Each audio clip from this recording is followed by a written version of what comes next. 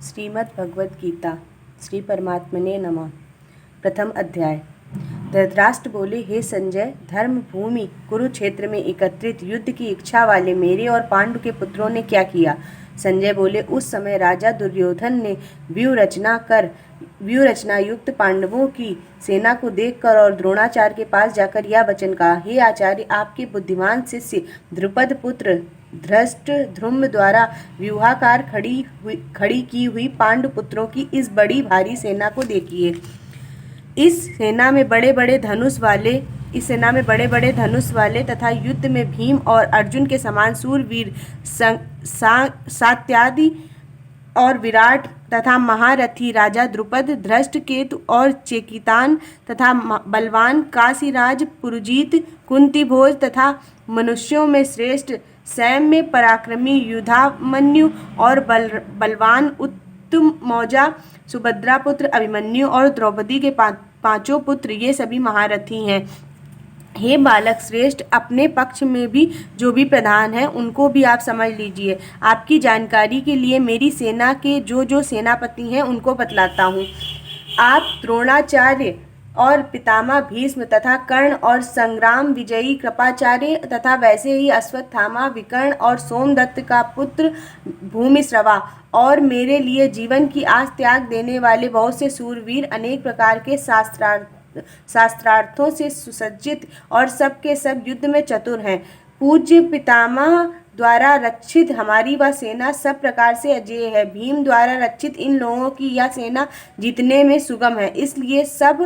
इसलिए सब मोर्चों पर अपनी अपनी जगह स्थित रहते हुए आप लोग सभी निसंदेह भीष्म पितामह की सब ओर से रक्षा करें। कौरवों में वृद्ध बड़े प्रतापी पितामह भीष्म ने उस दुर्योधन के हृदय में हर्ष उत्पन्न करते हुए उच्च स्वर में सिंह की दहाड़ के समान गरजकर शंख बजाया। इसके पश्चात शंख और नगाड़े तथा ढोल, मृदंग और नरसिंगे आदि बाजे एक साथ ही बज उठे। उनका वह शब्द बड़ा भयंकर हुआ। इसके अनंत पर सफेद घोड़ों से युक्त उत्तम रथ अनंतर सफेद घोड़ों से युक्त उत्तम रथ पर बैठे हुए श्री कृष्ण महाराज और अर्जुन ने भी अलौकिक शंख बजाए। श्री कृष्ण महाराज ने पांचजन्य नामक, अर्जुन ने देवदत्त नामक और भयानक कर्म वाले भीमसेन ने पौंड नामक महाशंख बजाया।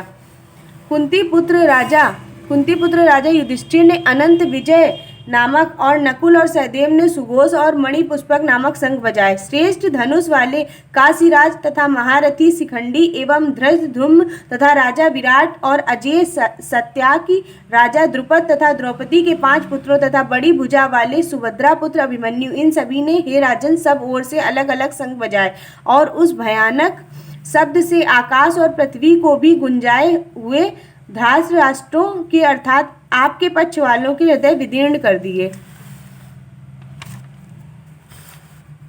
हे राजन, इसके बाद कपिध्वज अर्जुन ने मोर्चा बांधकर डटे हुए धृतराष्ट्र संबंधियों को देखकर उस शस्त्र चलाने की तैयारी के समय धनुष उठाकर हरिकेश श्री कृष्ण महाराज से यह वचन कहा, हे अच्युत, मेरे रथ को दोनों सेनाओं के बीच में खड़ा कर दीजिए और जब तक मैं युद्ध क्षेत्र में डटे हुए युद्ध के अभिलाषी इन विपक्षी योद्धाओं को भली प्रकार देख लूं कि इस युद्ध रूप व्यापार में मुझे किन किन के साथ युद्ध करना योग्य है, तब तक उसे खड़ा रखिए। दुर्बुद्धि दुर्योधन का युद्ध में हित चाहने वाले जो ये राजा लोग इस सेना में आए हैं, इन युद्ध करने वालों को मैं देखूंगा। संजय बोले, हे धृतराष्ट्र, अर्जुन द्वारा इस प्रकार कहे हुए महाराज श्री कृष्ण ने दोनों सेनाओं के बीच में भीष्म और द्रोणाचार्य के सामने तथा संपूर्ण राजाओं के सामने उत्तम रथ को खड़ा करके इस प्रकार कहा, हे पार्थ, युद्ध के लिए जुटे हुए इन कौरवों को देख। इसके बाद प्रथापुत्र अर्जुन ने उन दोनों ही सेनाओं में स्थित ताऊ, चाचा और दादों परदादों, गुरुओं, मामाओं को, भाइयों को, पुत्रों को, पौत्रों को, मित्रों को, ससुरों को और सुहृदयों को भी देखा। उन उपस्थित संपूर्ण बंधुओं को देखकर वे कुंती पुत्र अर्जुन अत्यंत करुणा से युक्त होकर शोक करते हुए यह वचन बोले। अर्जुन बोले, हे श्री कृष्ण, युद्ध क्षेत्र में डटे हुए युद्ध के अभिलाषी इन स्वजन समुदाय को देखकर मेरे अंग शिथिल हुए जा रहे हैं, मुख सूखा जा रहा है तथा मेरे हृदय में कंप एवं रोमांच हो रहा है। हाथ में गांडीव धनुष गिर रहा है और त्वचा भी बहुत ही जल रही है। मेरा मन भ्रमित सा हो रहा है, इसलिए मैं खड़ा रहने में समर्थ नहीं हूँ। हे केशव, मैं लक्षणों के विपरीत ही देख रहा हूँ तथा युद्ध में स्वजन समुदाय को मारकर कल्याण भी नहीं देखता। हे कृष्ण, मैं ना तो विजय चाहता हूँ और ना राज्य और सुखों को ही। हे गोविंद, हमें ऐसे राज्य से क्या प्रयोजन अथवा ऐसे भोगों और जीवन से क्या लाभ है। हमें जिनके लिए राज्य, भोग और सुखादि अभिष्ट हैं, वे ही सब लोग धन और जीवन की आशा को त्याग कर युद्ध में खड़े हैं। गुरुजन, ताऊ, चाचे और लड़के और उसी प्रकार दादे, मामे, ससुर, पौत्र, साले और सभी संबंधी लोग हैं। हे मधुसूदन, मुझे मारने पर भी अथवा तीनों लोगों के राज्य के लिए भी मैं इन सबको मारना नहीं चाहता, फिर पृथ्वी के लिए तो क्या ही कहना। हे जनार्दन, धृतराष्ट्र के पुत्रों को मारकर हमें क्या ही मिलेगा, हमें क्या ही प्रसन्नता होगी। इन आताताइयों को मारकर हमें पाप ही लगेगा। अतएव हे माधव, अपने ही बांधव धृतराष्ट्र के पुत्रों को मारने के लिए हम योग्य नहीं, क्योंकि हम अपने ही कुटुंब को मारकर हम कैसे सुखी होंगे। यद्यपि लोभ से भ्रष्ट चित्त हुए ये लोग कुल के नाश के उत्पन्न दोष को और मित्रों के विरोध करने में पाप को नहीं देखते, तो भी हे जनार्दन, कुल के नाश से उत्पन्न दोष को जानने वाले हम लोगों को इस पाप से हटने के लिए क्यों विचार नहीं करना चाहिए।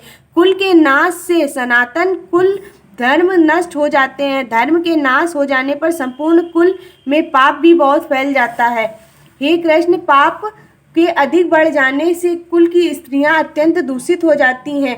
हे वार्णेय, स्त्रियों के दूषित हो जाने पर वर्ण संकर उत्पन्न होता है। वर्ण संकर कुल घातियों को और कुल को नरक में ले जाने के लिए होता है। लुप्त हुई पिंड और जल की क्रिया वाले अर्थात श्राद्ध और तर्पण से वर्जित इनके पितर लोग भी अधोगति को प्राप्त होते हैं। इन वर्ण संकर के दोषों से उत्पन्न कुल घातियों से सनातन कुल धर्म और जाति धर्म नष्ट हो जाता है। हे जनार्दन, जिनका कुल धर्म नष्ट हो गया है, ऐसे मनुष्यों का अनिश्चित काल तक नरक में वास होता है, ऐसा हम सुनते आए हैं। हाँ शोक, हम लोग बुद्धिमान होकर भी महान पाप करने को तैयार हैं, जो राज्य और सुख के लोभ में स्वजनों को मारने के लिए उद्यत हो गए हैं। यदि मुझ शस्त्र रहित और सामना न करने वाले को शस्त्र हाथ में लिए हुए धृतराष्ट्र के पुत्र रण में मार डाले, तो वह मारना भी मेरे लिए अत्यंत कल्याणकारी होगा। संजय बोले, रणभूमि में शोक से उद्विग्न मन वाले अर्जुन इस प्रकार कहकर बाण सहित धनुष को त्याग कर रथ के पिछले भाग में बैठ गए।